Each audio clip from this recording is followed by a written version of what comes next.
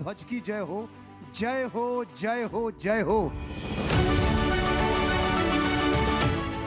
छत्रपति शिवाजी महाराज ने जैसा स्वराज का निर्माण किया, अगर उसके बाद कोई है तो वो नरेंद्र मोदी जी है।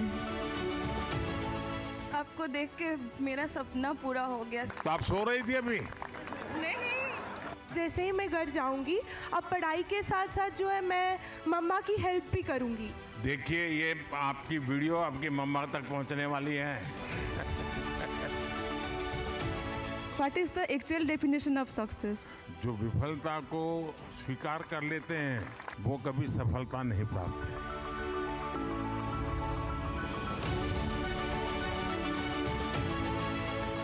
केसरिया बाल में थया वो सा पधारो म्हारे देश। दिल दिया है जान भी देंगे ऐ वतन तेरे लिए।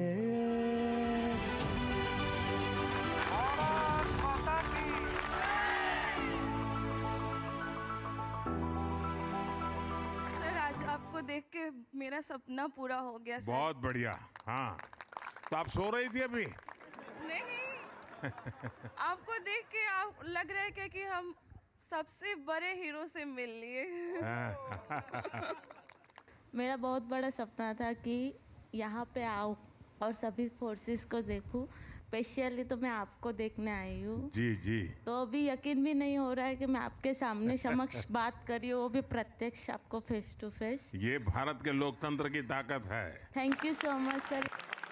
किसी दूसरे राज्य के एक साथी से परिचय करके उस राज्य को जानने का प्रयास किया और एक आध दो वाक्य भी वहाँ की भाषा बोलना आ गया। ऐसे कौन कौन है? सर, वेस्ट बंगाल के जैसे यहाँ पे बैठे हैं, इनसे जानने की कोशिश की थी। और जैसे कि हम चावल खा रहे थे तो चावल के एक वाक्य था, वो बोला एक तो भात खाबे। एक तो भात खावे। खावे बोला, खाबे बोला? खाबो। खाबो। सर, जोल खाबो और एक और सिक्का था तो एमी कैमो नाचो आमी भालो आची।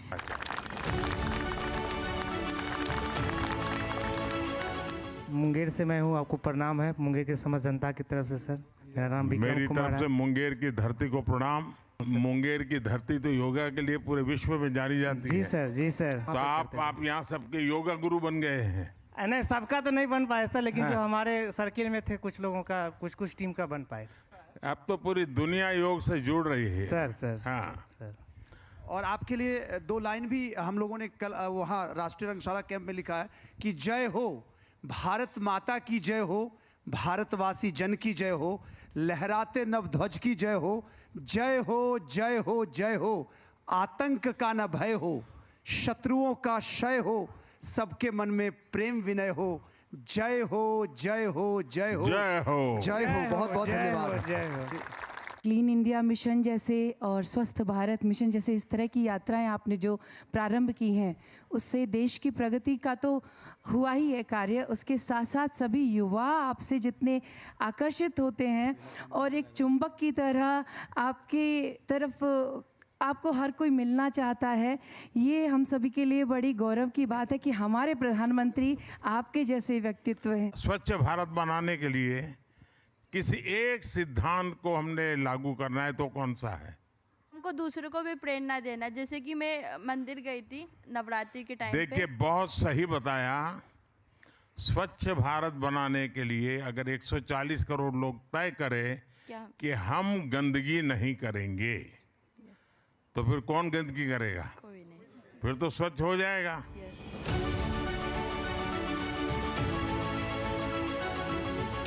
जय हिंद श्रीमान, मैं सुष्मिता रोहिदास ओडिशा से आई हूँ। जय जगन्नाथ। जय जगन्नाथ साहब, आप मेरे इंस्पिरेशन हो। तो मेरे को आपसे कुछ पूछना था कि लाइफ में सक्सेस पाने के लिए मुझे क्या करना पड़ेगा और what is the actual definition of success? विफलता को स्वीकार ही नहीं करना चाहिए। जो विफलता को स्वीकार कर लेते हैं और विफलता की शरण ले लेते हैं वो कभी सफलता नहीं प्राप्त है। लेकिन जो विफलता से सीखते हैं वे शिखर पर पहुंचते हैं। और इसलिए विफलता से कभी डरना नहीं चाहिए। विफलता से सीखने का जज्बा होना चाहिए। और जो विफलता से भी सीखता है वो शिखर पर पहुंच के ही रहता है। सर, मेरा आपसे ये सवाल है कि मैंने सुना है कि आपको सिर्फ 3 से 4 घंटे का आराम मिलता है, तो आप इस उम्र में आपको मोटिवेशन और स्ट्रेंथ कहाँ से मिलती है? अब ये कठिन सवाल है। आप जैसे नौजवानों से मिलता हूं तो मुझे ऊर्जा मिल जाती है। आप सबको देखता हूं तो प्रेरणा मिल जाती है। कभी देश में किसान को याद करता हूं तो लगता है कितने घंटे काम करते हैं। देश के जवानों को याद करता हूं तो लगता है सीमा पर कितने घंटे खड़े रहते हैं। यानी हर कोई करता है और बहुत मेहनत करता है। हम थोड़ा उनकी तरफ देखें, उनको जीने का प्रयास करें, जानने का प्रयास करें, तो फिर हमको भी लगता है कि हमें भी सोने का हक नहीं है, आराम करने का हक नहीं है। वो अपने कर्तव्यों के लिए इतनी मेहनत करता है तो 140 करोड़ देशवासियों ने मुझे भी तो कर्तव्य दिया है। अच्छा, घर वापस जा करके सुबह 4 बजे उठने का निर्णय किया ऐसे कितने हैं? अभी 4 बजे उठना पड़ता है कि उठाना पड़ता है? उठना पड़ता है सर। नहीं, अभी तो कोई विसल बजाता होगा, है? फिर मन करता वगैरह वो चला जाए, 5 मिनट निकालते। लेकिन देखिए, जल्दी उठने की आदत जीवन में बहुत काम आती है। और मैं कह सकता हूं, मैं भी आपकी तरह एनसीसी का कैडेट था, तो मुझे ये एक चीज इतनी काम आई है अभी तक कि कैंप में जाते थे, बहुत जल्दी उठना पड़ता था, तो डिसिप्लिन भी आई। लेकिन बहुत जल्दी उठने की आदत मेरी आज भी मेरी बहुत बड़ी अमानत है। दुनिया के जागने से पहले मैं अपने ढेर सारे काम कर लेता हूँ। आप भी अगर जल्दी उठने की आदत बनाए रखेंगे आपको बहुत काम आएगी दोस्तों। मैं एक ही बात कहना चाहूँगी, अगर छत्रपति शिवाजी महाराज ने जैसा स्वराज्य का निर्माण किया, अगर उसके बाद कोई है तो वो नरेंद्र मोदी जी है। हमें सीखना है, सबसे सीखना है, छत्रपति शिवाजी महाराज से भी सीखना है। यहाँ आपने क्या सीखा बता सकते हैं? सर, यहाँ अगले अलग अलग डायरेक्टरेट के साथ फ्रेंडशिप करना, उनके साथ बातें करना, घुलना मिलना, सब मतलब पूरा इंडिया एक साथ जब आता है जैसे ना, घर में होते होंगे तो एक सब्जी को कभी हाथ नहीं लगाते होंगे, माँ से झगड़ा करते होंगे, और यहाँ पर वो सब्जी खाना सीख गए होंगे। ऐसा होगा ना कि भाई क्या ऐसी नई चीज जीवन में आई आपके? हर काइंड ऑफ ना एडजस्टमेंट करना सीखा है।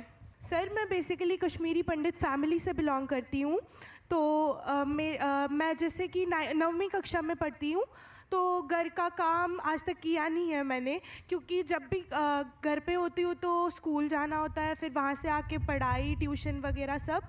बट यहाँ पे आके जो मैंने सबसे बड़ी चीज़ सीखी है वो है सेल्फ इंडिपेंडेंट होना। सारा काम जो है मैंने यहीं पे सीखा है, और जैसे ही मैं घर जाऊँगी अब पढ़ाई के साथ साथ जो है मैं मम्मा की हेल्प भी करूँगी। देखिए, ये आपकी वीडियो आपकी मम्मा तक पहुंचने वाली है। आप पकड़ी जाओगी। पहली चीज़ जो मैंने यहाँ के सीखी है कि परिवार हमेशा वही नहीं होता जो घर में हमारे साथ रहते हैं। यहाँ पे जो हमारे लोग हैं, जो दोस्त हैं, जो सीनियर्स हैं, वो सब भी एक बहुत बड़ा परिवार बनाते हैं, और ये एक चीज़ है जो मैं हमेशा याद रखूँगी और यहाँ के मैंने सीखी। एक भारत श्रेष्ठ भारत। Yes sir. अच्छा, ये 30 दिन में अब कुछ लोग होंगे जिनको परेड में हिस्सा करने का मौका मिला होगा, कुछ लोगों को नहीं मिला होगा, ऐसा होगा ना? तो क्या लगता है? कुछ तो लगता होगा ना? सर, सिलेक्शन होना नहीं होना एक अलग बात है, हाँ। लेकिन उस चीज़ के लिए कोशिश करना एक बहुत बड़ी बात है सर। यही सबसे बड़ी बात होती है कि हमारा सिलेक्शन हो या न हो, लेकिन मैंने अपना बेस्ट किया है। तो एनसीसी है। तो आप लोगों को यूनिफॉर्म में मजा आता है कि कल्चरल कार्यक्रम में मजा आता है? दोनों। यहाँ 1 महीना रहे हैं तो घर पे वीडियो कॉन्फ्रेंस करते होंगे, दोस्तों को वीडियो कॉन्फ्रेंस करते होंगे। ये क्यों कर पा रहे हैं पता है? टेक्नोलॉजी। दूसरा डिजिटल इंडिया। तीसरा विकसित भारत। फिर देखिए, दुनिया में बहुत कम देश हैं जहां डेटा इतना सस्ता है, और इसलिए हमारे यहाँ गरीब से गरीब व्यक्ति भी वीडियो कॉन्फ्रेंस से अपने परिजनों से आराम से बात कर लेता है। आप में से कितने हैं जो लोग जो यूपीआई का उपयोग करते हैं, डिजिटल पेमेंट का?